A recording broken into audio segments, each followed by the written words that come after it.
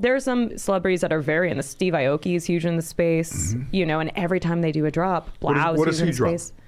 Beats and sound? Well, they're working on music NFTs now, but they do a lot of PFP's photos as well. And it's going to evolve over time. So it'll go into music NFTs, it'll go into gaming NFTs. I actually advise on a gaming NFT right now.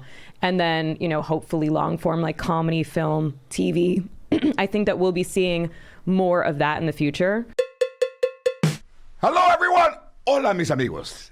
You're listening to Oh My God Hi, Hijo de Dios. Hola. With me, George Lopez. Porque, ¿sabes qué? Let's do the show. Porque I got a lot of things to do. I gotta go to that dry cleaner ahí. My kid fell. Se pegó la cabeza. I gotta go get some Neosporin Paul. You know what George is? Oh, I'm sure he's around here somewhere. What's his name? George. Lopez. George Lopez. Oh my God. OMG. OMG. Hi. Oh my God. Hi.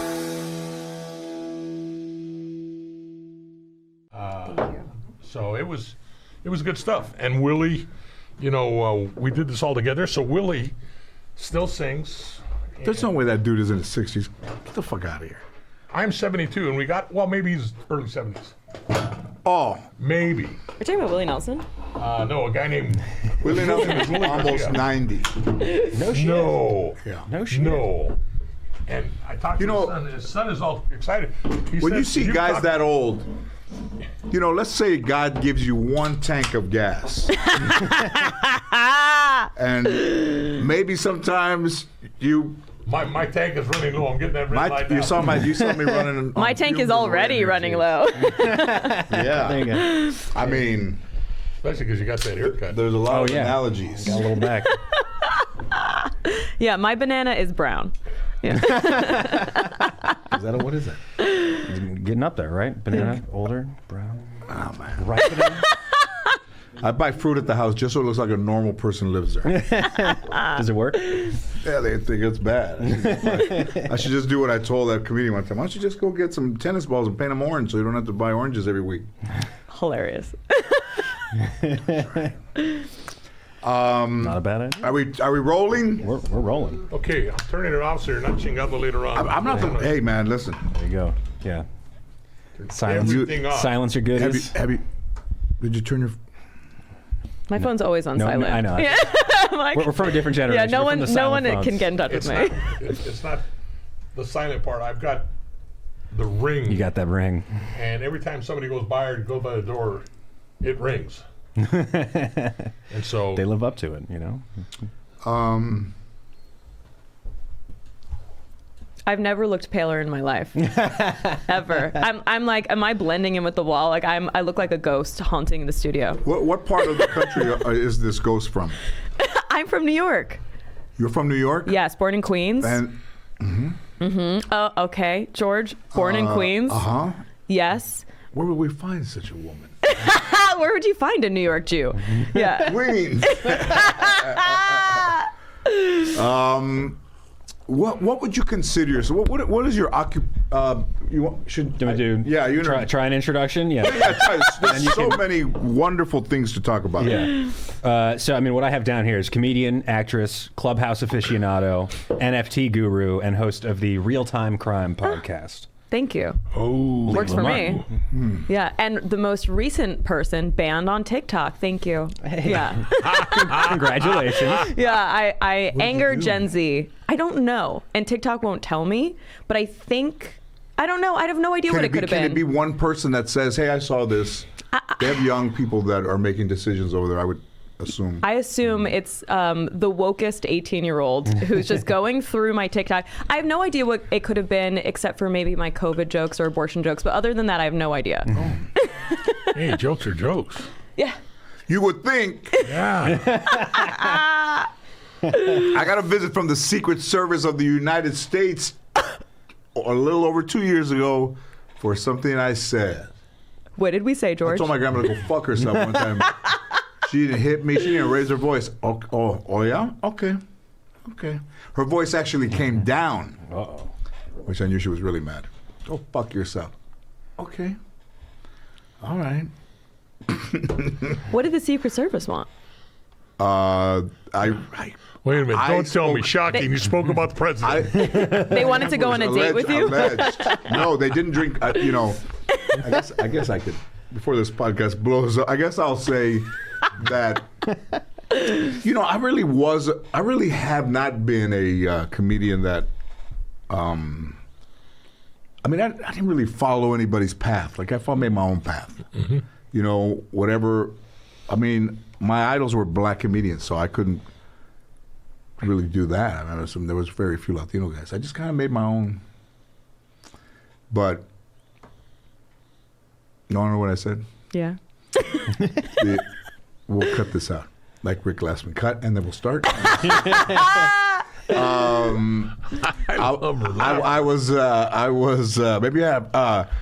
was leaving the Chateau Marmont, and my phone wasn't on, and I turned it on. I was having lunch with Cedric and his family, and it said that Iran had offered $80 million on a bounty for President Trump.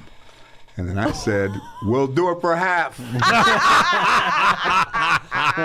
then when I got home, that's just good comedy. My publicist called me and she said, where are you? Are you home? Are you alone? Can you talk? Oh, no. I said, what do I do now? What did you say? Where were you? Where have you been? Where have you been? I was having lunch. What did you say? Just tell me what I did. And then it got on the news, and then Fox is like having an older sibling that doesn't like you. That wants the parents to put the screws to you. Like, don't let him get away with that shit. I didn't get away with it. Why you let him get away with it? And then Fox jumps on, and then they stoke their fires, and then you see that I could have expected, George Lopez could expect a visit from the Secret Service in the next week, and they were right. That's hilarious. I had my attorney with me, and they said, did you think that this is funny? And I said, what are you talking about? What are you talking about? They go, this. And they said they had everything that we ever put on social media, all of us, everything. And he holds up a picture of El Chapo holding up the head of Donald Trump. And I said, what is that? You retweeted this. Did I? Think that's funny? No, I don't. Maybe when I did it, I thought it was funny, but right now, it does not seem funny at all. Coffee, anyone? So, they were there to test whether I was up there. And it's ridiculous because there's bigger things going on in this world than... I tell you, making jokes. I was walking into my house. I don't know what car Joe Rogan drives. He called me a wetback. No. I was in D.C. doing some master ceremonies work back there. And our keynote speaker was the Surgeon General, who was a Puerto Rican out of New York, who is now residing in Arizona. Mm-hmm. And can I say this? Am I responsible for this person? Can I say this to you? Would you listen to a Puerto Rican from New York? About what? About anything. Other than where to, what bodega can you buy about where to egg eat? At? Sure, yeah. You can go to a bodega and buy one egg. He was there. He said some stuff, and then they left. And about a half hour later, I'm getting called, and people that were with him, part of his staff or something, calling to apologize to make sure nobody was offended. I said, nobody was offended at anything he said. He didn't say anything. He's Surgeon General. He could say, And they were just making sure that every word was right. They listened to everything. He says they follow me around. Wow. He hated. He didn't like being the Surgeon General. He says back here. He said, no. The Surgeon General sounds like an ex-girlfriend. He was like, so I was following you around. Everybody's trying to stab you in the back. You don't wash your hands as much as you should. I don't. No. Yeah. No.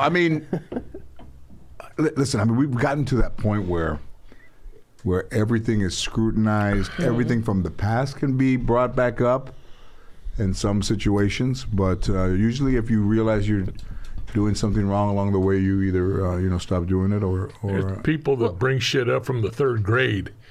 They remember that first kiss. They remember everything. Looks like someone went to detention a couple times. There ain't nothing safe. Now I know how hurt I am because the Secret Service hasn't knocked on my door. Yeah. It's like I'm not really rocking the boat enough, or that's the next one level. But listen, I didn't get thrown off TikTok. TikTok is the CIA of Gen Z. Do you know that? Okay, so let's say that let's say that as people are out there used to be, when the internet first started, when there was less social media, men would pretend to be girls to try to lure girls out of their homes. Sometimes it worked and sometimes it didn't. But you had to be aware that there was a faction of these men or people who are deranged. One of them started this company. I was watching the documentary. Yeah, I was watching. You heard about the tunnels underground, right? It's a Playboy shirt for the listening audience. Underneath the Playboy Mansion house? Wait, no, I haven't. Oh, Lord. You know, I went down a very dark conspiracy hole the other night. But also there were tunnels underneath. Underneath the Playboy Mansion? There were tunnels underneath the Playboy Mansion connected to all wealthy people's houses in the area. So there's like a sex trafficking scandal. I don't know. You know what? The CIA is coming after me tonight. Okay, you heard it here Where first. did you? I guess it's all. Hey, it's all hearsay. It's all maybe allegedly. But A lot of allegedly. But you know that. But it is true that you know that you're a police officer. In the 30s, there was a mobster who bought a house on Sunset, and Shirley Temple lived in that house at one time, and he has a full bank, a full safe. Wells Fargo, with the big thing that you open it up and it's that thick with one of those in a house down below, and to the left of it is a tunnel that goes across the street and out into a small area, I guess, where you would probably take your dogs. And out of there, because that guy was a mobster, and he wanted to make sure that if his house was raided, he had a place to go. So I would say, I'm not sure, don't sue me, but I think Bugsy Siegel had a place out here. he had a place out there. That may have been out here. That may have been him. I thought you were going to say the tunnel went right to Walt Disney's house. You know, That's really Mickey Mouse. We're gonna go a lot of places in this tunnel here. But I think that there's that faction of it. You know, there's that faction of people that. So I was looking on TikTok. I don't really look at TikTok a lot, but I would say Anymore. So what happens when you go on there? What's there? Well, literally, I got notification last night at midnight that said, we have looked at your account and reviewed it and decided that you have violated so many Oh my God! You've had so many actions of misconduct that we cannot repeal your action and you are banned. But it's weird because I still have my account, but then other people look at my account and has 0 views across the board. So they just kind of wiped your slate. But what's weird is that I started TikTok 3 weeks ago. And I blew up to 57,000 followers in 3 weeks. Nice. Wow. I feel like it's the only platform you can actually go viral on. It seems like Here, it. why don't you use mine? I think you're doing fine, George. No, I mean that's I don't pretty think amazing. you want my content unless you want to get banned. What took you so long to get to TikTok? To be honest, when TikTok started blowing up, I got very into Clubhouse, and I was on the app 24/7, and there was just not much else I could do besides constantly talk. I was talking 24/7. I had 2 phones running at the same time, one in my closet. Oh man, trying to collect followers. I mean, if you want to know just how mentally ill I was, if I had a 3rd phone, I would have used it. So, Wow. but I was on that app constantly. But were you always the type of person that was talking or on? Yes. Yes. Yeah, and then I eventually became the icon of Clubhouse. And You are the icon of Clubhouse. well, I was. No longer. You're on now. Clubhouse, aren't you? Yes. Liza got me into that Clubhouse. You know Liza? Which Liza? Liza with 2 Morales? Z's? Yeah, Liza. Yes. Yeah, I know Liza with 2 Z's. Yes. Yeah, she's great. Liza got me on that. Morales, right? Is that fantastic. her last name? I think so. Yeah. God, there's so much to. You're gonna edit this one pretty tight, aren't you? Because there's just so many things to ask. Like, what is the function of Clubhouse? It's a great question. The function of Clubhouse is social audio as its own platform.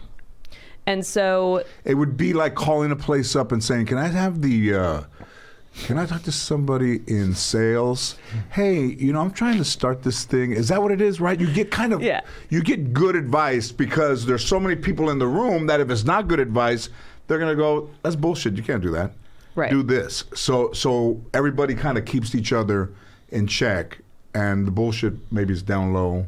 Matter of fact, I went on Clubhouse when I was at my your house. place. Yeah, and they found this kid, Joe Verdu, who was a long time let's say, I'll call him an associate of mine back in the day when I was working in homicide. Right, that's right. Very touching for me. The guy's gone from bad to good. Matter of fact, he's displaying right now as much as they are on his way out here again right now to go to the Super Bowl. Can you say what this man did in his life and how redeeming he without became? mentioning his name?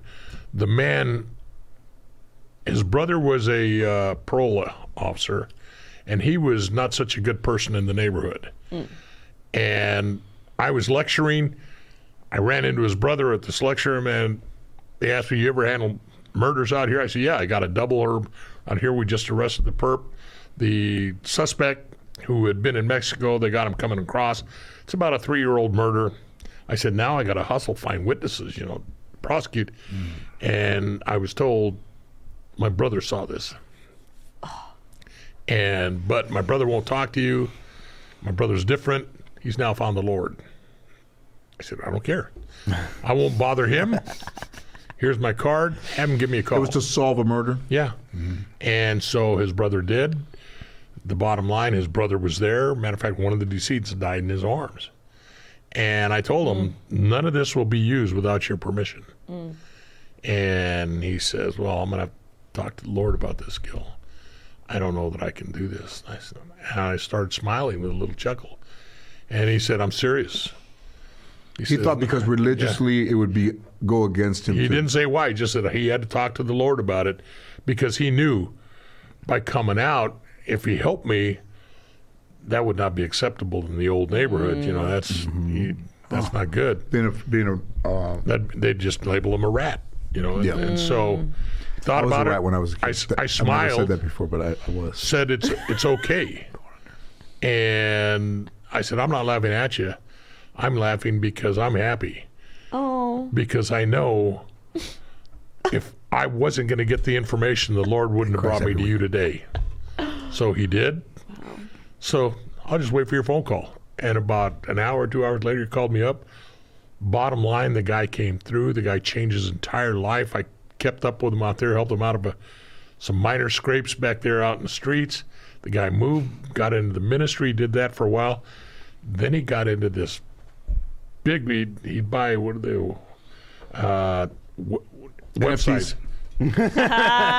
You buy a website, what do they call it? Oh, domains. Yeah, domains. Yeah. He got into domain buying years ago. You think he's not sitting fat and happy today? One of his domains was LA Rams. What? When the Rams, Wait, I need to find the Lord. when the Rams were in God St. took him Louis, right to the internet. when the Rams were in St. Louis, no talk about coming back to LA. Right. He just bought the domain. But how can somebody do that? How can somebody buy the domain? All you do is register it. Nobody's got it. You can name it anything out there. You can just buy whatever you want. And it's yours. And then these people come back, and I'm not saying the Rams did it, but other people, they come back and they want that domain because that's money for them, and they don't want you using. So they pay big bucks in the resale of that domain. And so he's made a living. We sound like we're 150 years old right now. Yeah, and God bless him. The guy's good. He's a friend. He's sending. What's he doing with his money? Saving it? Yeah, is he single? Yeah, he's no, very married, has kids, grandkids. Very married. Yeah. He just invests, in business like that. I showed a picture. He sent me some pictures of his new house. This was last year. I mean, it's not a house. It's a mansion. It's like a hotel. I mean, big property, beautiful, everything. Something that I could never afford to live in. And not locally. He's back. I don't know where he's at. He's someplace in that side of, back in the Midwest someplace. But he's doing fine. How old is he? He's probably in his early 60s. I was already working murder by the time I got to him, and he was already through his teens. But I would say in your life as a detective, you're probably not allowed to allow somebody to know who killed somebody and then let them not testify. I would think that would be against the law. Well, right? You have to have. It seems like it would be like if and you go, I'm not going to tell you guys. Okay. Well, there is no. You can plead the Gil, fifth. I know are it's you, not quite that. are you good cop and bad cop? Good cop. All you do is write it up just like he said it, and then you say it's an anonymous informant. And you call him an anonymous informant. Now, they can force me, they can't force him to talk. Nobody can do that. So then it's up to me to be Gil Carrillo to get him to talk and open up. So. I call my anonymous informant my fake Instagram where I stalk my exes from. They're like, how did you find this out? I'm like, no clue. Just someone else's Instagram. Have you ever stalked the anybody? network. Just on the internet. Not in real. I'm not doing drive-bys. But you go and find out things about where they might be and all that? I mean, just curious to know who they're with. No? Thank you. That's yeah. I feel like I'm gonna look like a I'm psycho gonna let girl you on drown here. on that Thank you. generational. Yeah, who hasn't done that? You know? Yeah. I mean, come on. It's 2022. We've all looked. Right? It's tempting. It's hard. You gotta there's a whole politics of muting or blocking someone after you restricting them. Oh, what a gift. Yeah. Is it more difficult because from the safety of your home you can pretty much find out where they are, if they're posting, Yeah. and where they are and who they're with? Yeah. It's very easy to make yourself sad. Yeah, oh, It's very yeah. Yeah, we're all very I sad. don't Millennials look are up so anybody. sad. I don't care about anybody. I don't want to do that because once you do, it's there. They can find out everything they want of you. Can I tell you, when I was in high school, I was in my girlfriend's kitchen looking at some pictures. She loved to take pictures. And she was looking over my shoulder and she grabbed one of her and a guy holding hands. And I said, "What's this?" "Oh, that was from a few years ago. I also did some detective work." And he was wearing a T-shirt from a concert that had just happened a couple weeks earlier. Oh. So I saw that there. And now where's her body? So what happened? So what was your next move? I left the house and then. Wow, the detective asked a question. All right, what do you think? Guilty or not guilty? No. I mean, I still talk to her a little bit, but. God, the alibi is getting real thin. No, totally. Her shoe is not in my trunk. So don't look. Okay, so where do we go here? Well, speaking of buying domains. Let's talk about buying domains. Well, so I'll tell a little bit about Web3 domains. Oh. If we want to go there. Let's do that. Okay. I've never heard of Web3, everybody. Have you? Yeah, so you'd probably be welcome better to hell. set up to explain it, but we're currently on Are you a what's business considered major? like the third. No. Oh my God, thank you so much though. No, I was a biochem major, which is also, do you think I'm in college? You're very young. You're too intelligent. She's young. Everything. I find it hard God to bless you believe. guys. Right now, you're a comedian. Yeah. Actress I can buy, but Thank you. comedians. I mean, to look at you now, everything is in place. I mean, you're not worn from smoky rooms filled and booze drinking. Who do they say that you look like? Very pretty. I get Lady Gaga. Yes. I get Yes. Chelsea Peretti. Don't know her. I You look like get. Lady Gaga. Yeah, Thank you do. She's beautiful. She is. No, I love her. I just don't want to look like. Low-key offended when I get that compared. No. I think she's probably one of the most talented people on planet Earth. So that's a very high compliment because I know you're talking about my talent, not my appearance. So. Okay, You've never been married. Web3. How could you tell? I leave. I'll be right back, you guys. Because you're Hits too every liberal car on the way out. Web3. Okay, so Web3 is the newest version of the internet, which is considered excellence of the internet.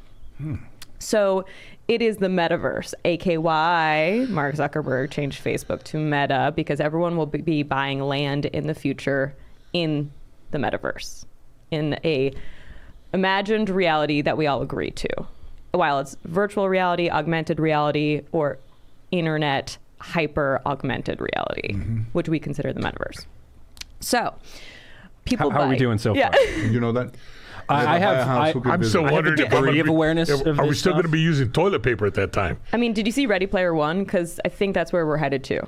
And so I'm preparing mentally and emotionally and physically to actually be a landowner in the fake world while still just living in the tiny studio in this world. But I'm going to be so rich in the fake world, you have no idea. What is it? But yeah, like virtual real estate is a thing these days. Half of my net worth is in the metaverse. So $4. But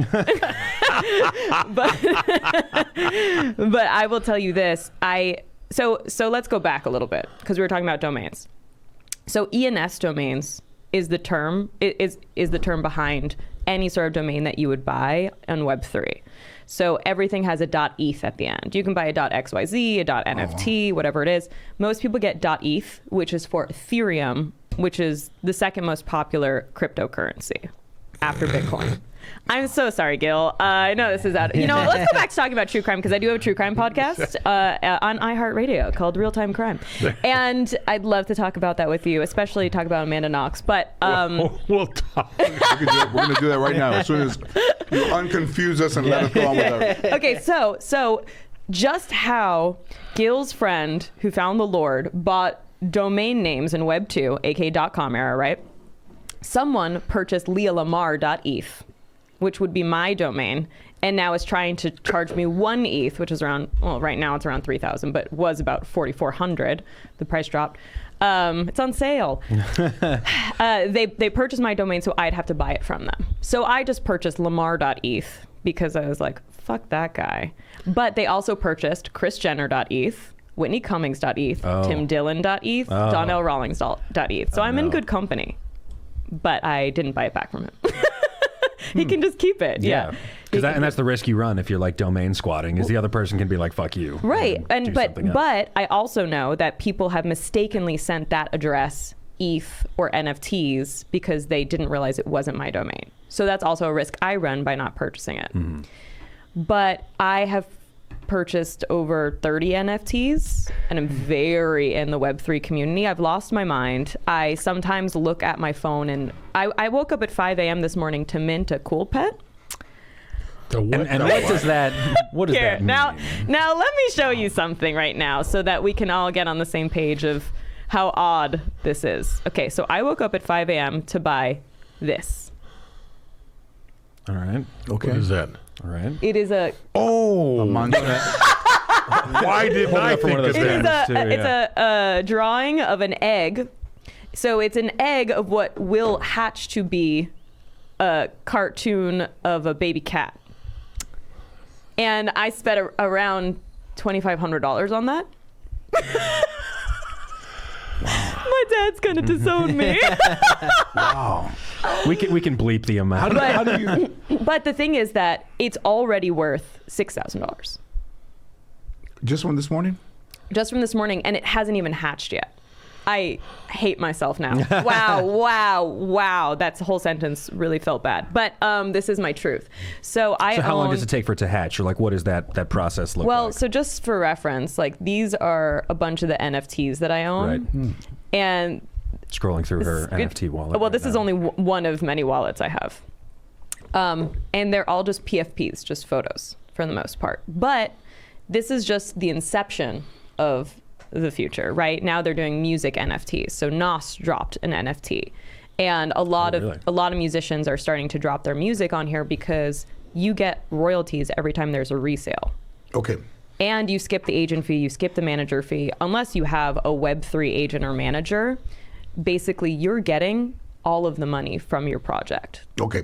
So here, I went to Corpus Christi on Friday, and my daughter's 25, and she wanted to go to the Selena Museum, which was closed because of the pandemic. But they said that Mr. Quintanilla, Abraham Quintanilla, would meet us there, and he would give us a tour, a private tour, just him and somebody that, goes with him. Yeah. So there's music in there that no one's ever heard from Selena.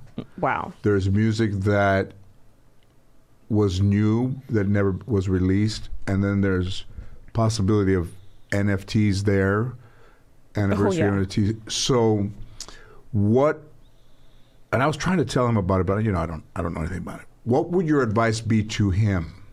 I would say that he should drop each individual song as a one of one, which means instead of a 10,000 piece collection, which most of these are, it would just be a one piece, and either it could be an auction, because Sotheby's is on here, Christie's is on here. Everyone has come into the metaverse. It's not just for degens now, internet folk who are obsessed with Web3. I don't even know degens. What's that? Like degenerates? Is that okay?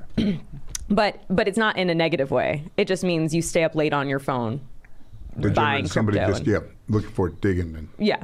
And so if you sell it as a one of one, either it could be an auction and the price will just go up and up and up, or you could set it at a certain price and whoever buys it and buys that price it. would be extremely high. I would say, yeah, it could be For 100 unreleased, It could be whatever it is. And the thing that's interesting about the entire NFT experience is that a lot of it is based on hype. As my friend Naval Ravikant said, this is the Ponzi scheme of our generation. However, what's so interesting about it is the contract behind it. So you are able to show ownership over the token or the good that you receive. And most of these have utility. So why people are so obsessed with Bored Apes, for example, is that it becomes a social club and you get ticketed to private events that everyone wants to go to. You know, Chris Rock dropped in at their event at NYC and NFT. Oh, cool. And that's why people want to be part of these clubs, because it's a very specific social club that feels elite, and you have to buy in at a super high price, and people like being around other wealthy people who have their same interests. And that's why Dave Chappelle bought one. That's why 11, the nightclub in Miami, bought one. You know, that's why all these people are buying them, because they want to be part of this elite club. how much are they spending for them? I think it's a minimum of like 90 ETH right now. I could be wrong about that, but I would say pricey. $250,000 is the minimum for one. I'll stick to corn or flour tortillas. It's much simpler. That's one each. But look, right? I'm not going to say which network, but a friend had because I would love to have a special with them, but a friend dropped a half-hour special, her first special, and it was worth $25,000 after agent fees, after manager fees, after taxes. I think she walked away with $7,500 for a half-hour special. If you dropped a half-hour special on the blockchain and put it in pieces, this is what I'll be doing. I'm going to drop my hour special and cut it up into specific jokes so people could buy jokes. You would make minimum, I mean, this is not financial advice, and you know, you can't predict the future, but if people are buying your jokes at 1 ETH and you have 60 of them, I mean, you're making over 100K minimum just from the primary sale. And then when people resell them, you're getting royalties off of each one, just like residual checks from SAG-AFTRA. So some people make millions of dollars. Most people can make up to 20 million from the first drop that they do. Wow. It's insane. Is that what Dave Cross did? Is that what he's doing? No, he's just he's doing like the sort of Louis model where you just release it on your site. And I think it's a fixed fee. Some people do pay what you will, but it's like, say, $5 and then boom, you get his full special. I watched Louis' new special and I loved it. Did you watch it? I still haven't seen. He did the same thing, right? He keeps releasing them on his own. On his website. I haven't seen it. Yeah. And he does it in bundles too. Where really? you could just buy the special or you could buy and where is he special. shooting that? Where did he shoot it? I don't know where Louis shot, sorry. I'll see if I can check it out. Yeah, but you know what? It was probably one of the best specials I've seen in a while. I watched Aziz's special at the Cellar, the half-hour one, and then I watched Louis' back-to-back. And Louis' hour special was just joke from start to finish. Yeah. Was it that the one, the newest one? Or? Hilarious. Also, you know, I respect anyone who can make 2 9/11 jokes funny. Yeah, I'll have to check it out. Interesting. It's another. Did I just bore you guys to tears? No, it's another world. It's another world, though. It is another world. Yeah, I think just lots of it's one of those things where it's hard, like math. Like you really have to get each bit of it to get the. Well, next bit. the other thing is that the community is so bullish on the community. So sometimes people from outside will come in just to drop to capitalize on making cash, and the community doesn't like that. You know. Right. But they police themselves and say, if you're going to be in here, be with us instead of just. Right. Like, you know, I don't think people love people who just want a cash grab. They want people who actually are into the community. But, you know, Paris Hilton is super in the community. Every time she does a drop, she sells out completely and does amazing. She has a new drop coming up with Origin Protocol soon. And there are some celebrities that are very in the. Steve Aoki is huge in the space, you know, and every time they do a drop, What does he drop? Space. Beats and sound? Well, they're working on music NFTs now, but they do a lot of PFPs photos as well. And it's going to evolve over time. So it'll go into music NFTs, it'll go into gaming NFTs. I actually advise on a gaming NFT right now. And then, you know, hopefully long form like comedy, film, TV. I think that we'll be seeing more of that in the future.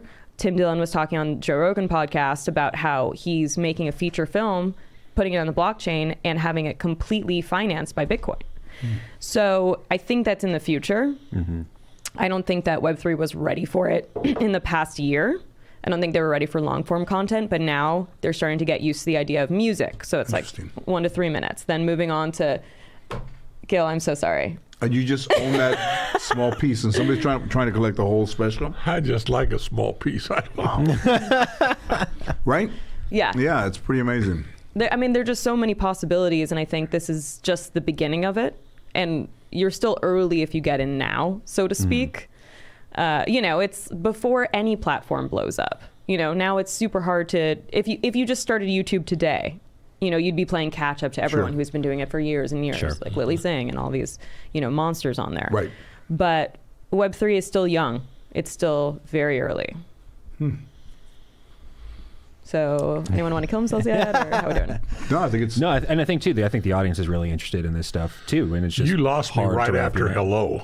Hilarious. You started talking. And the with Tom Cruise, PFP. I had him at hello, and I lost you. Okay, at hello. how about that Gil may have the suit that he wore when he captured the Night Stalker? Wait.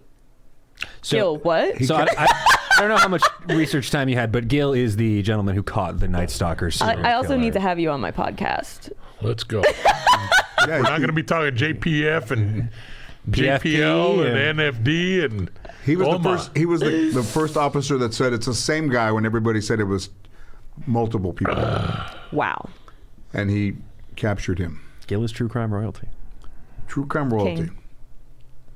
I mean, I have 1,000 questions. I also just want to finish the Web3 conversation on this. Yes, please. So one last thing. So as all these big organizations are Nike's doing a drop, Adidas, Bud Light just did a drop. Everyone's coming on board now, trying to capitalize on the market. Time magazine was on board before anyone, and they are cherished in the community. And Time started awarding people for being present in the community, but also outside the community. So because I was a Robotos holder, which is a specific NFT, Wow. they did a collaboration with Time, and I was awarded Entertainer of the Year for 2021 through Time magazine. Congratulations. Thank you. I'll never be on the cover of Time outside Web3, but in Web3? Everybody's going into Web3. I mean, you're ahead of your time. You're like the first female president in Web3. Wow. Thank you. And It's quite an honor to have. what is the breakdown of like Web 1.0, 2.0, 3.0? Like Web 1.0 was basically AOL, the dial-up generation. Web 2 is everyone sending emails constantly, Google searching. That's Web 2. And gaming IRL. Web 3 is now the metaverse, buying land in the metaverse. I think Oculus, if you ever wore the VR headsets, they're fine, right? But I think that there is a little bit of a barrier to entry with the Oculus. I have one, but it's a little cumbersome and it's heavy and it's expensive. And I think that what will happen in the future is that people will just have contacts or glasses that are very lightweight, where you can be talking to someone and in a digital realm at the same time, or literally scanning their face and it Googles them as you're standing next to them. And that's where we're headed. And that's considered AR, right? Like augmented That's considered reality? AR. Right. Yeah. Certainly. Indeed. Right? Yes. That's where you're But getting you will both be like able real to life be- and But Gil, digital. tell us about your life, because it's actually important. You'll And be you able to solve be at murders? Woodstock, just like it was to be there, right? Honestly, yeah. So we're creative. Yes. You can be in the front row of Woodstock. I will tell you, I've tried VR porn because I was just so curious. I finally got Gil. I finally got Gil interested. I thought that was a bit of a clip. Can Gil, that did you moment, just orgasm? Okay, I think so that moment is our first NFT. I was honestly, asleep there. honestly, yeah. No, and the girls were huge. Because you're wearing and it's the whole screen, so I'm just like, oh my god, these are giants, But I don't know how profane I can be on here, so I'll just keep it PG. Oh, you can be as... Be as profane as you Oh, want. I got my dick sucked as a guy. It was hilarious, right? Suddenly I looked down and I had a dick and it was getting sucked by these giant women, and I was like, I see why someone would like this, I'm not interested. Your guys' faces are so... I'm not interested. And I'll never work for Walmart. Okay. I'm not interested seriously in anything about porn, but some of my friends might be. So how do they get this? Yeah, you're asking for a friend. So you saw it. You saw it with your own VR eyes. Yes. Wow. Yes. And now, like the technology they have with the VR, it's like anyone can get an Oculus Quest for like $300. Yeah, you get it on Amazon. Comes out of the box. You don't need to hook it up to anything. It's just ready to go. Mm-hmm. It's really cool. Get your Honestly, dick sucked in 10 minutes. Yeah, I mean less than that. Yeah. Somebody show me how. I should have brought it with me. But you Damn can't it. feel we'll it, though, offline right? about I this. guess you can feel it in your mind. Well, unless you have someone there with you. That would be wild. And also, you like, don't have to. I'm like a dating innocuous. burgeoning market of like peripherals You won't look can like attach. yourself. You'll be an 8 foot tall. Wow, Amazon. that's fascinating. Yeah. It's fascinating. What the world will be. Nobody will see anybody else in 20 years. Everybody will be tucked away somewhere Thank God. And won't in a that be pod. nice? Yeah, I miss March 2020, with honestly. beautiful- yeah. Right, and with fantastic air and just perfect climate, and you'll just go around the world. You know, sometimes when you go into VR, they'll put you in your home place before you start selecting what you want to do. And I'm like, this is nicer than any home I'll ever own. Right. You know, I feel wealthy beyond measure. You know, the view is unbelievable. I'm watching, you know, balloons take off in the sky as I'm sitting in my mansion, and I'm like, if only they knew I was on my toilet. Right. Like when you turn on your computer and you see like that Windows backdrop, right? It's instead of that, you're in like a beautiful Swiss chalet. I love this lady already. I love this lady. She's just real. Yeah. I mean, I have no reason not to be. You know? Well, you know, as people go away and they are recreated in the virtual world, there will be less people who could say that they saw Ronald Reagan in person at the White House, or the second Bush, or met Gerald Ford, Bill Clinton, campaigned for Barack Obama. You could do that in the virtual world. But in the real world now, there'll be less of those opportunities, because as we get, people will do that as politics and as TV and as communication, right? And then the real eyes that see things that people will be recreating will no longer exist. Thank God.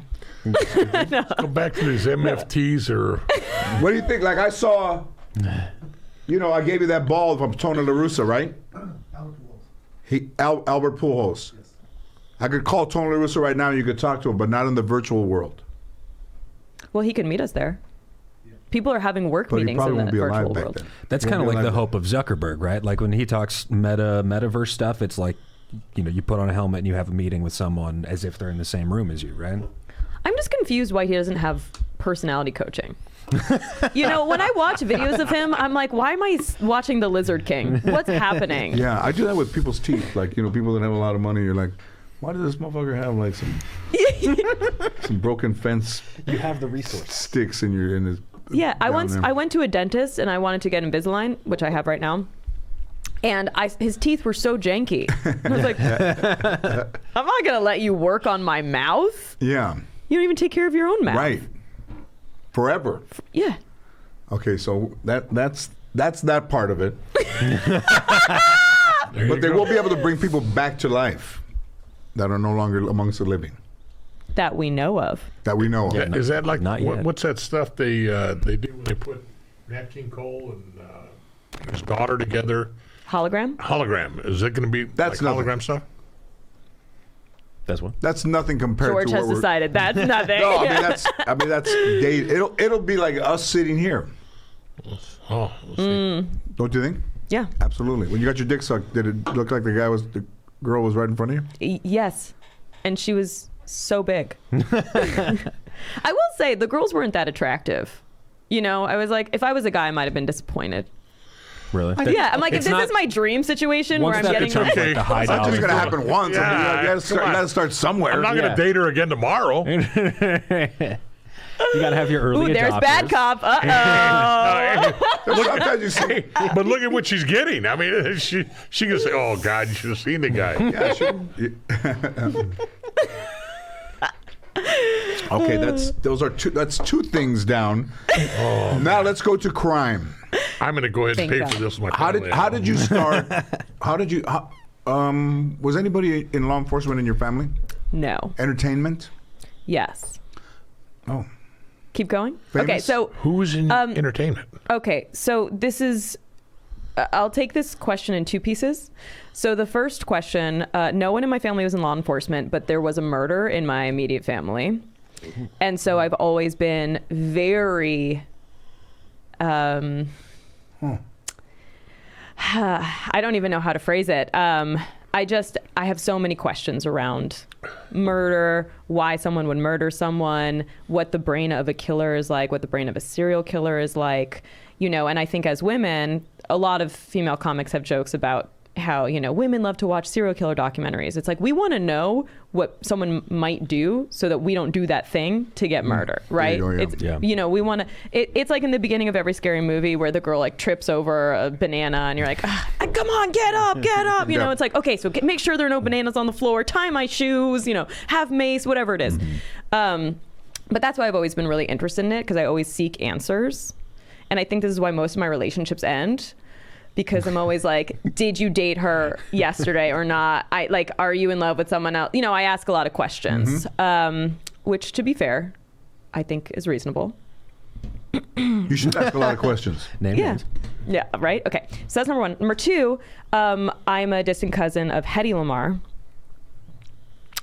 who... Headley. Yes, he was a film actress in the 40s. She also escaped Nazi Germany, and she discovered... Wi-Fi. I was going to say, was it She Bluetooth discovered or Wi-Fi? Bluetooth? Wi-Fi? Yeah, she discovered 'cause frequency you're hopping. Remember Blazing Saddles? Yes. When Harvey Korman walks into the Grandma's Chinese and they go, look, Hedy Lamarr. And he doesn't even break stride. He goes, Headley. Bob Hope used to refer to Hedy Lamarr all the time in his when he toured Vietnam and used to. And she did. Her. She was very attractive. She was considered the most beautiful woman in the world. One of them, and, big shoes. No pressure. And intelligent. Yes. Following it. But I very much am interested in the intersection of tech and entertainment. And so, while I would say she was pre-Web 1, She created the Wi-Fi. She created Wi-Fi. But she never got any money from that. She not knew. a dime. No, she didn't. I mean, these are on the war, didn't they? The whole patent went to the man that she co-created with. Wow. And she never saw a dime from it. They called it Bluetooth? It's Bluetooth now, yeah. Yeah. Okay. And Wi-Fi. But it was such a shame because later in her life, my last name is Goldman legally. I changed it to Lamarr when I found out I was related to her because I really related to that. I have a very large science background. I was studying breast cancer research at Tufts University Medical School. I was very involved in it until I realized that creativity was the element that I liked most about science, not necessarily the lifestyle of a scientist. Right. I was like, ooh, there's no place for humor here. I'm like, true. I can't joke around, about tumors around these people. They're very sensitive. Supposedly cancer is not funny. So I moved out of that. But, when I found out I was related to her, it made a lot of sense to me because I have so many of the same interests as her, including wanting to also have 5 husbands. Yeah. I'm still looking for husband number 1. So if anyone's listening to this and they are 6 feet taller and have a large bank account, hit me up. 818-533-1843 to leave a voicemail. What the number? Is that her number? No, that's our number. Oh. Yeah. But I've always, at the end of her life, I guess some of my cousins wrote her a letter. Did I say at the end of my life? Her life. No, you said her life. Oh, good. Okay. Woo. At the end of her life, my cousin sent a letter saying we'd love to come visit you. She was living in Florida at the time. And apparently she sent back a letter that said, money I have, time I don't. It was ironic because she didn't really have money at that time either. But, if I had known that before I changed my name, I probably wouldn't have changed my name because it was pretty disappointing to hear that. But I also know that she had been through the ringer with Hollywood and the old starlet ways that they treated actresses back in the day. And, you know, she didn't get any credit for her work. And Gal Gadot is playing her in a miniseries. I mean, who could be a better person to play her than the hottest Jewish woman alive? Beautiful, yes. Yeah, I mean, could have been me, but other than that. But no, I mean, I'm very proud of my heritage, and I feel, you know, very grateful and lucky that she's in my bloodline. Is there anything of hers that is in the family, that heirlooms or any kind? Yeah, we don't have anything. No, but we can always look to the movie Ecstasy. I don't know if she was the first woman nude on film in a non-pornographic way. And HBO, if you're listening, I am willing to show my boobs on camera. Thank you so much. And HBO does listen. I know people at HBO. You know, I work for HBO myself.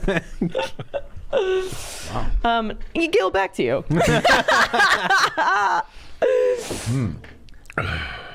But all this is very time consuming, though.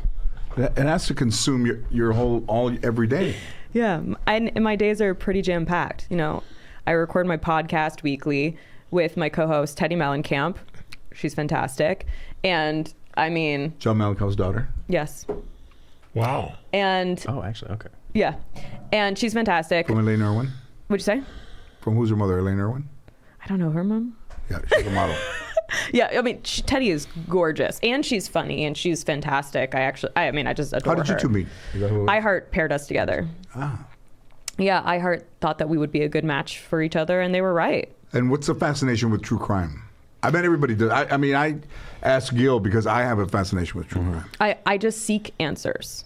I cannot live in the gray. I can't have anything go without an answer. You know, so with the Robert Durst case, when they finally decided, obviously he had murdered her, but when they finally closed the case and said that he was the murderer, and then he obviously passed away recently, I mean, at least we got closure. You know, Right I'm always after looking conviction. for closure. But he was quite elusive mentally and physically. Yes. Pretending to be a woman. Yes. In Galveston, chopping the body up, having the body come back up. But also But they never found the head, right? No. See? But also True signing. crime. I'm telling you. But also signing as a woman Yeah. and living as a woman. Yeah. And killing the guy from the apartment. How could you think he wasn't the murderer? I know, right? With I mean, it's so obvious. What about that he came down to Hollywood, the Hollywood Hills, and snuffed out his friend? Oh, it shot her execution style. Oof. And then I mean, and that then was drifted the off, and worst. they couldn't prove he was here, but they could prove that he was in California. Right. Northern California for the holidays. Yeah. I mean, it's just one snuff I didn't somebody out and know went that. back This is up. fascinating. Ruthless. because I know you're Ruthless. You're into true Watching crime. two experts. What about go the at it. listening to her respond. Yeah. Oh yeah, he was in Northern California. Wait, I want to know your take on John Benet Ramsey. You know, the John Benet Ramsey, the cop screwed it up from You the very would think that would be because it was snowing. You would think it would be You even know it was snowing. night. It's so impressive. Christmas Eve. I am sorry, I wouldn't be afraid to say it to them. They obviously know by now.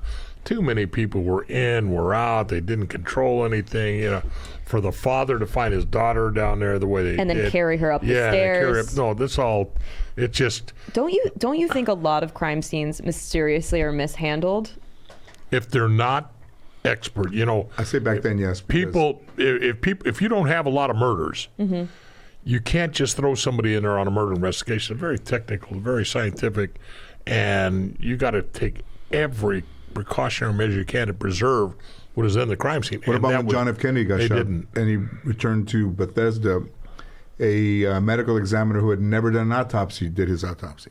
Well, the first mistake was taking him to Bethesda. Yeah. Yeah. And he's not supposed to leave Dallas until that autopsy was Exactly. completed. And the coroner tried to stop them there in Dallas. Pull guns on him. Exactly. So it was just wrong. I don't believe. I saw a documentary, and they ended up getting sued behind it with Dr. Henry Lee. It was a prosecutor, Dr. Henry Lee, forensic scientist. You know, they had a bunch of people on there, 4 or 5 people on there, and they broke it down and who they thought really did the John Benet. And I've lectured Dr. Henry Lee, and I I consider him friends. You know, we've lectured together. He came out here to look at one of my cases, and he thinks what happened, whether it's right or wrong, is he thinks the sibling, the little boy hit the daughter, and then they just try to cover up for the boy. Well, did you see the CBS documentary that the family sued them for almost $1 billion, and I think he got $750 million, the son, because it was defamation, but it literally sealed the public's opinion that he had murdered her. And we've seen in interviews how he seemed a little cold or laughing or smiling while he's being interviewed about his sister. And of course, that could be for a number of reasons. Sure. You know, a lot of time has passed. I don't ever personality, pay any whatever attention it is. to that. I do pay. I trust what do you pay attention Dr. to Lee. the most?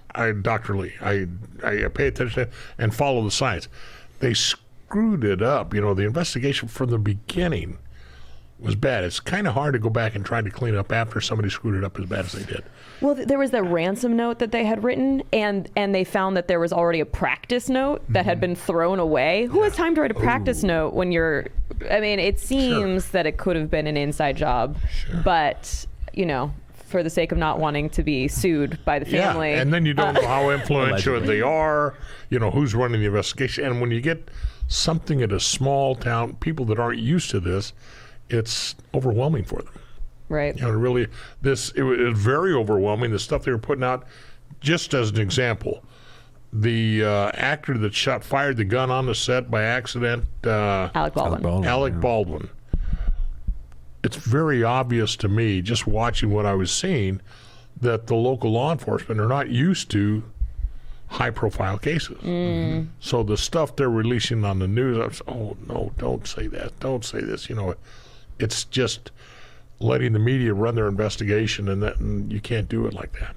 Why do you think they don't send in professionals immediately on these high-profile cases? Because the local cities don't want Big Brother coming in. You know, they want to think everybody's professional. Hey, I got detectives that can do that.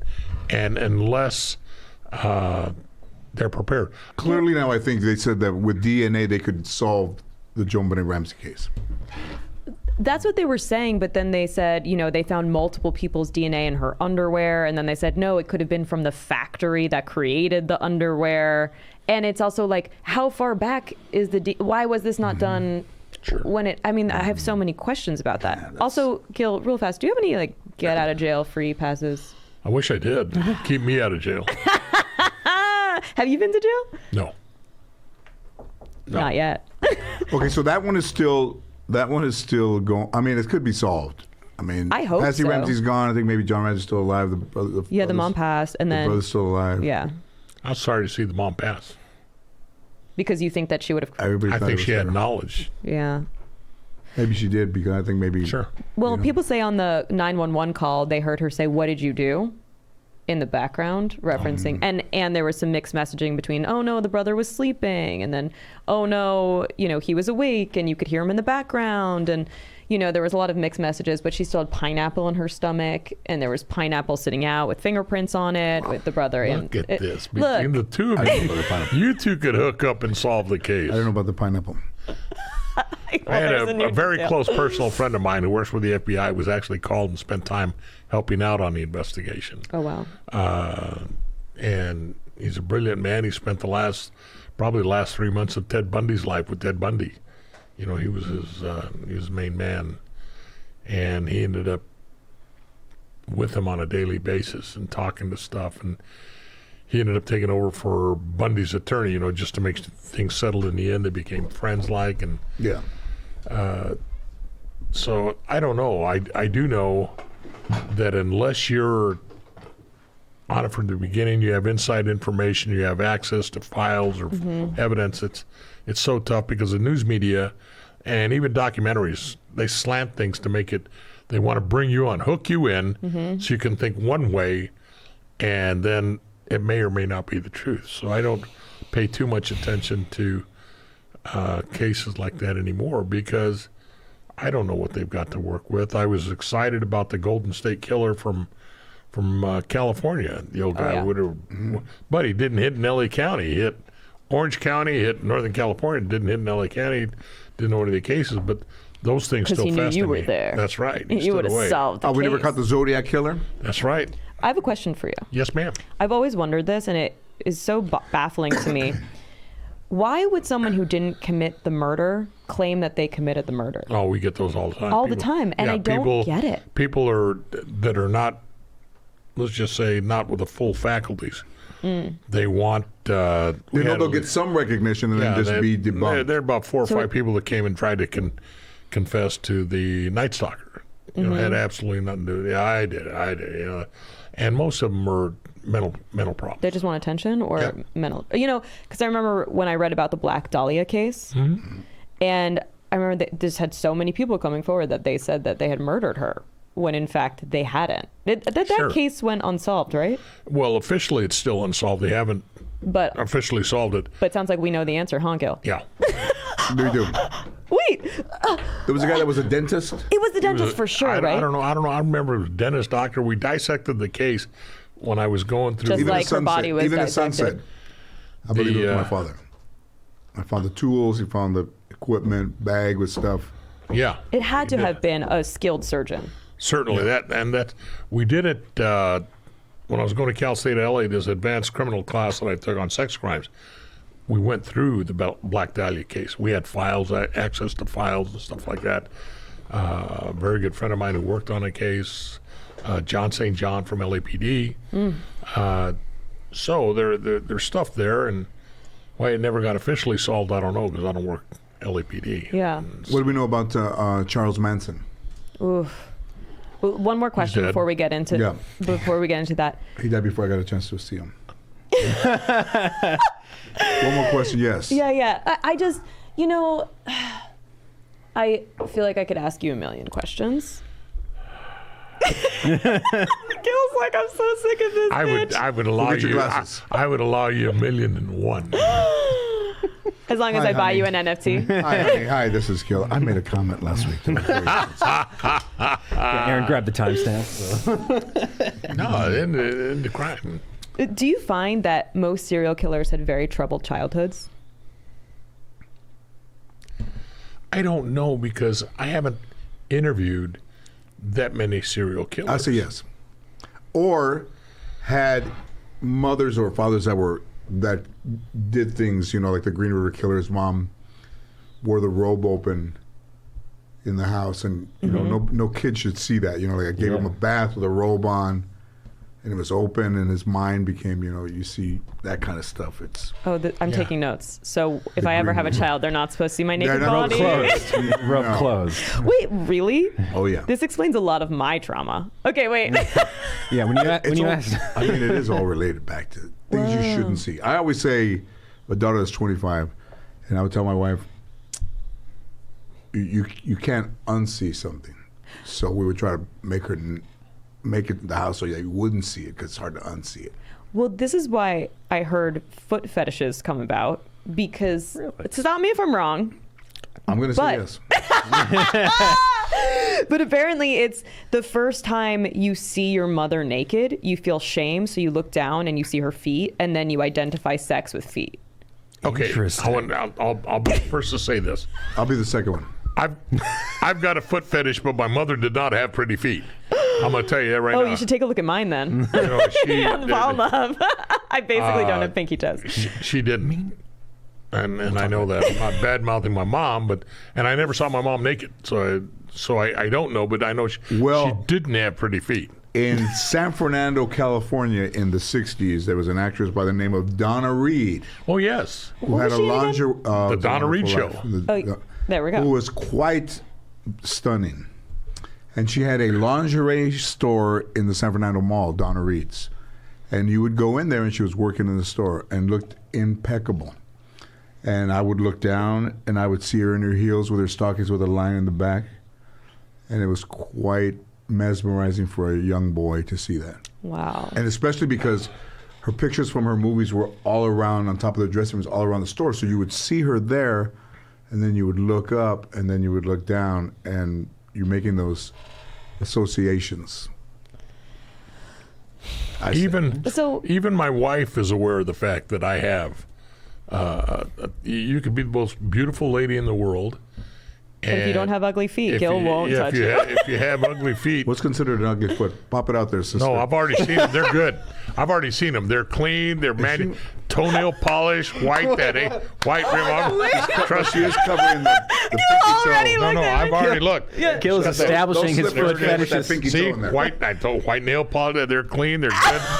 Wait, so what's considered ugly feet? I don't know. You got to see them, and then you say, "Oh yeah, that's ugly." You know, that's That's definitely not NFT material, right there. You know, you just. Not NFT material. You know, they're clean, well manicured, and. So you like fungus? Oh. We're gonna. Wait, so then, what's an ugly foot? What's an ugly foot? Bunions. Yeah, we need to know. Bunions, hammer toes, fungus. Oh. dry heels. Wait a minute. So when you look up VR porn, you're like girls with fungus feet and butt. It's always the shit that what is George? What is George? Dirty feet, dry. You know, you know the nails gone. You're into that. No. Oh. No, that's bad. We're not. I've seen, you know, as busy as you are, well manicured fingernails as well. You know, everything's all there. That's why I said it's hard for me to vision you up on stage as a comedian. Thank you. Also, my parents. And I mean that. But not with an open robe. Hello. No. Thank you. Yeah, I mean, I've been doing stand-up 6 years, and I know that's almost like a baby, but I spent the last year essentially touring every weekend, and Dane Cook takes me out, Eric Griffin takes me out, Chris Redd takes me out. You know, I've been very fortunate, and I just started headlining, and thank you. You know, and it's obviously a labor of love, and the other lady that's. It's quite an opportunity to learn under those guys. Angela Johnson. I just met her. Nice lady. Incredible, beautiful, hilarious. Yes, she is. And that's what, you're the only two ladies in comedy, seriously, that said, how did they do this? You know, I feel a comedian working smoke-filled, everybody getting drunk, so it's going to age you. And well, I don't drink, so I'm actually 90. I just take really good care of myself. You don't look a day over 89. Thank you. In the 80s, when I would be working in the clubs, I would leave my clothes outside overnight because when I got back to the condo, they smelled like cigarettes.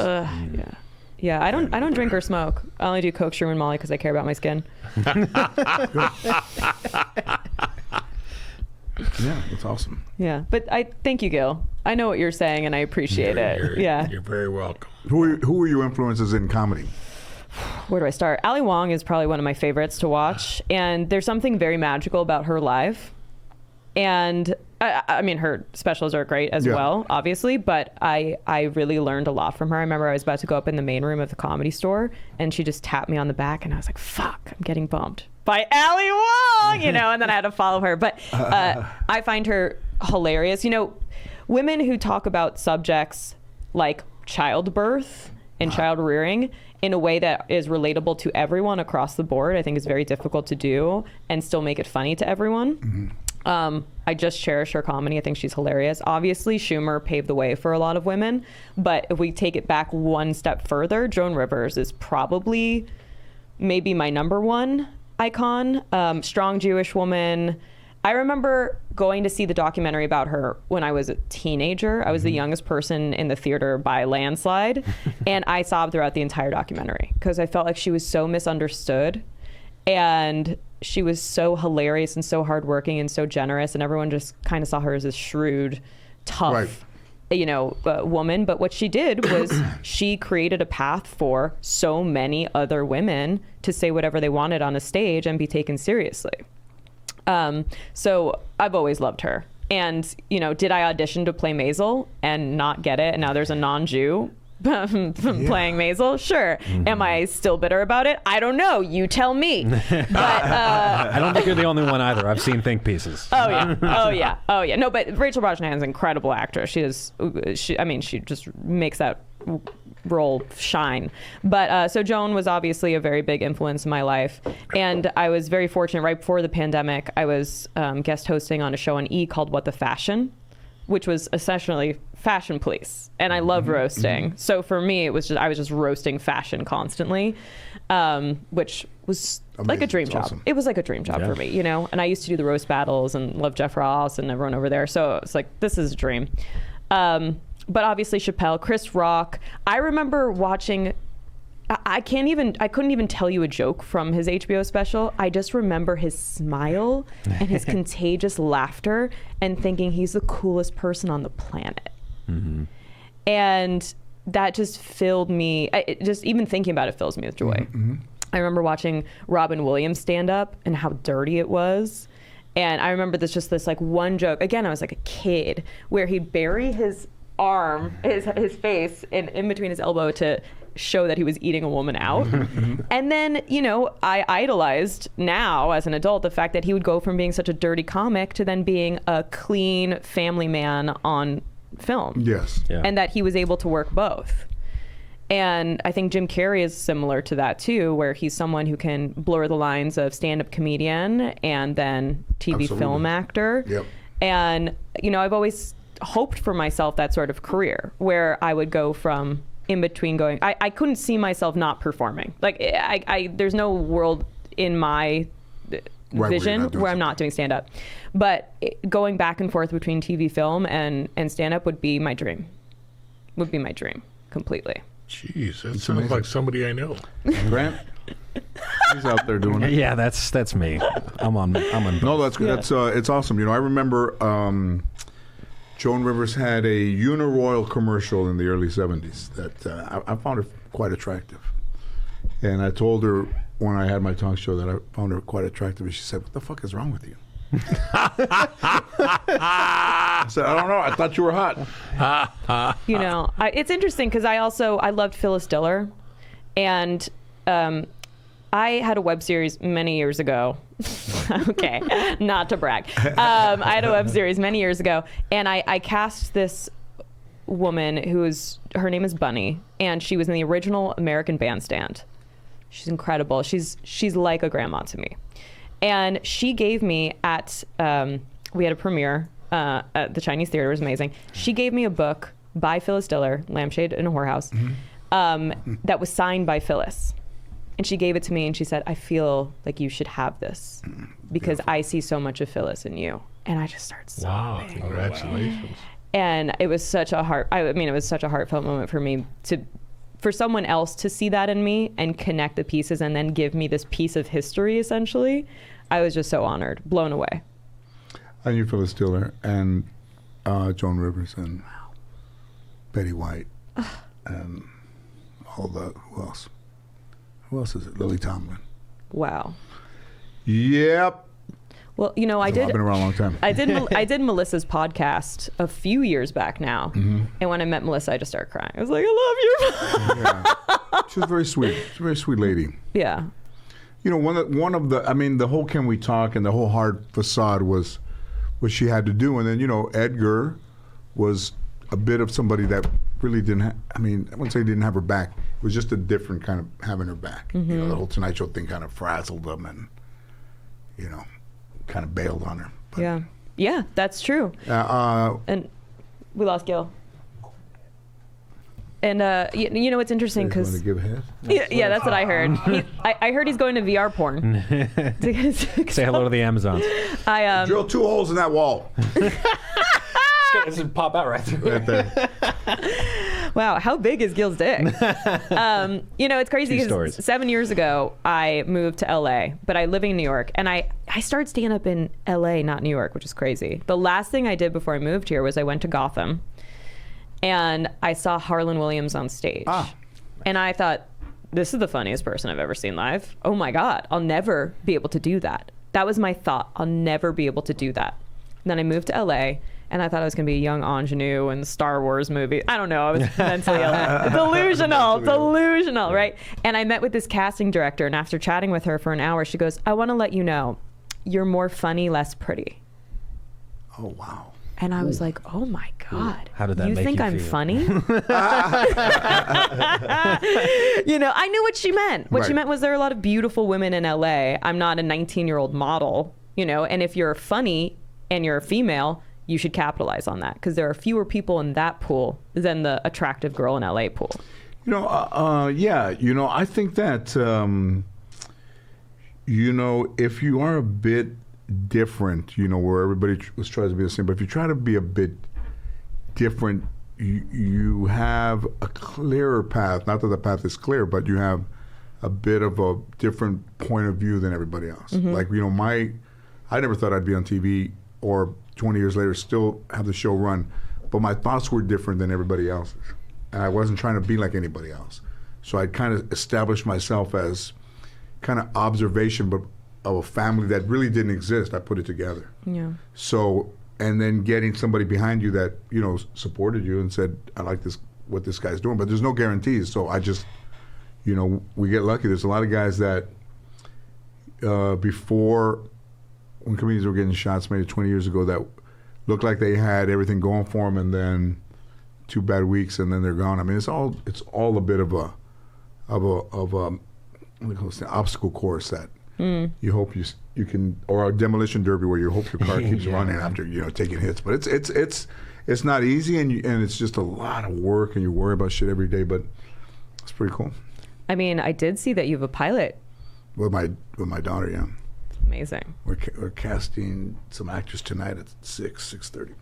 Okay, well, I'll be there. So, I think you would be great for her veterinarian's office. I mean, put me in, coach. I'm ready. Yeah. I'll make sure you guys are connected. Yeah. And I have my original creator, the guy that did my first show with. Wow. Who's doing the Connors. And obviously, we're just meeting in person for the first time, but that's a true testament to your character because there are so few people who continue to work together after an original project. I know, yeah. There was 2 guys I wanted to work with. One was Matt Williams. He did Home Improvement and Cosby. Oh, my God. And the second was Bruce. Wow. So the 2 guys, I didn't even know either of them. Yeah. And I got to work with both of the guys. Wow. I called Matt today because he's in the Cosby documentary on Showtime, and I was going to say, that could not have been an easy interview to sit for. He handled himself very well. Yeah. I haven't watched it yet. Have you watched it? It's pretty tough, yeah. Is it a series or is it just one movie? There's 4 of them. Okay. Got my homework cut out for me tonight. After my audition, obviously, but 6 o'clock. I would say I would have to have considered him a friend, but a new friend, not. But it's man, it's heavy. It's I mean, it's what do they call it? Nefarious, criminal of the highest level, Oh God, it's so dark. It's Vince Champ was a guy who in the 80s was a comedian who was kind of like that, like not a black comedian in body, but not in mind. And he went from college to college, and he was raping co-eds from college to college. And oh my God. I think he was on a cruise ship when they kind of identified him, and then he got off the ship in Miami and they arrested him. And I don't think he's been out of jail since, probably mid-80s. I think even in jail, there's a hierarchy where if you're a rapist, people hate you. Yeah. Right? They'd prefer for you to be a murderer than a rapist. And he would say when he was conducting his deed, he had a mask on, he would lift the mask up and he would say, "Pray for me." Wow, so it was during COVID. The act, yeah. Very good. I think that's Gil going number 2. He's been gone too long. Yeah, Gil is going number 2. And I hate to be time cop, but we got to wrap it up. How long Oh was my that? God. So this was almost an hour and 20, and we got 2 today, so. Man, we didn't even get to really. I want to be on your crime podcast. Yeah, you guys got to come on. I have a lot. Come I on. know a lot about crime. Yeah, come on whenever you want. Can I say that in Charles Manson's last interview, Yes. they said to him, "How do you spend your time these days?" And he said, "I'm a lover of classic rock. I'm a big fan of Frank Sinatra, John Wayne, and George Lopez." And how do you feel about that? It's pretty awesome. It's pretty fucking amazing. God, that's so funny. It's pretty amazing, isn't it? Yeah. It's sick and it's amazing. Do you want to tell the people where to find you, follow you, what to check out? Yeah, don't follow me to my car, but you can follow me online. I'm at leahlamar.com for show dates. It's an awesome name. Thank you so much. Instagram, Leah Lamarr, Twitter, Leah Lamarr, and if you see leahlamar.eth, It's still me.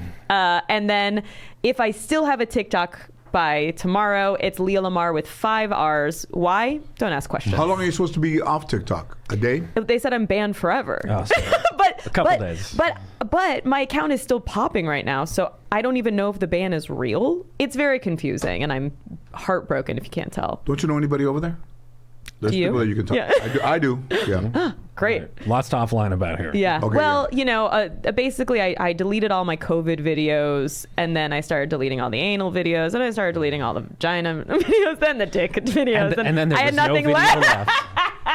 First they came Then there's just for the a dick thing. vids. Then there's just a thing. Is this thing on?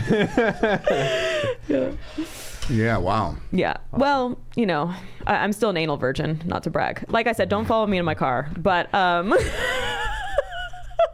Do people do identify themselves as anal virgins now? I think They do one now, does. yeah. At least one. God I'm bless saving you. something for my husband. I don't have a dowry, so.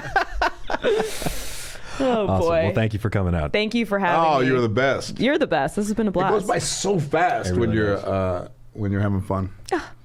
But the crime is, yeah, me too. I don't know why. Maybe, are you an only child? No. Do I have only child energy? No. But sometimes only children look at weird shit. No. It's funny when you asked about like Alleged. do serial Alleged. killers all have like a messed up childhood? It's like serial killers and comedians. You know what? My mom bought me a Playboy when I was 12 years old for a bus ride from Sacramento to LA. It fucked me up. Is that when she got you that hoodie too? Hilarious. Yeah, he's been a member This ever was right. since. This was They just right. send I you met merch after- every year. I mean, you know, I've been through that whole thing, but then watching that, I mean, listen, I think we're gonna find out if we go back and dig in time that the people, everybody was a little bit about themselves. Yeah. Motherfucker had 7 girlfriends. He was in his 70s. Was he Mormon or just you, Hefner? Just rich. Get down, bitch! You're blocking the light. You know. Awesome. He was not. You know. I mean. Oof. You know, one of my Hugh Hefner. I used to work at the Playboy Jazz Festival, and they said Mr. Hefner is hasn't been well, and he's going to be coming to the he'll be sitting in the front. He's not going to stand up. He wants you to introduce him, but he's not going to stand up. I said, I'll give this motherfucker an introduction that will make him stand up, and he stood up. Hey. I laid it on. That's awesome. And my thing is, I do pretty good introductions. Yeah. So I said, watch this. I'll get his ass to stand up. And he just was like creaking. And he stood up. I said, I got him to stand up. 6 women raise them all on their shoulders. Yeah. But it was cool to me. But, I mean, you can imagine. I mean, just a lawlessness there. Wow. Welcome back, Il. Thank you. We missed you. And Bill Cosby did the jazz festival, and he gave me the job at the jazz festival, and there was some lechery there. You know what's so crazy is how could he be so hilarious and so broken? Evil, pure evil. That's just, it's like you don't have to go through all that. Anyone would fuck you. It's true. It probably. I think it becomes, he was, if you look at that Showtime, he was a bartender at Temple. And he was funny, but a bartender. Sure, maybe an African-American bartender. So the guy said, you should do stand-up, and I think he did that. And I think it's control in a way that is amazing. Well, I always love to end podcasts on a high note. So Thank you, darling. thank you so much for having me, you guys. This has been a blast. Oh, my gosh.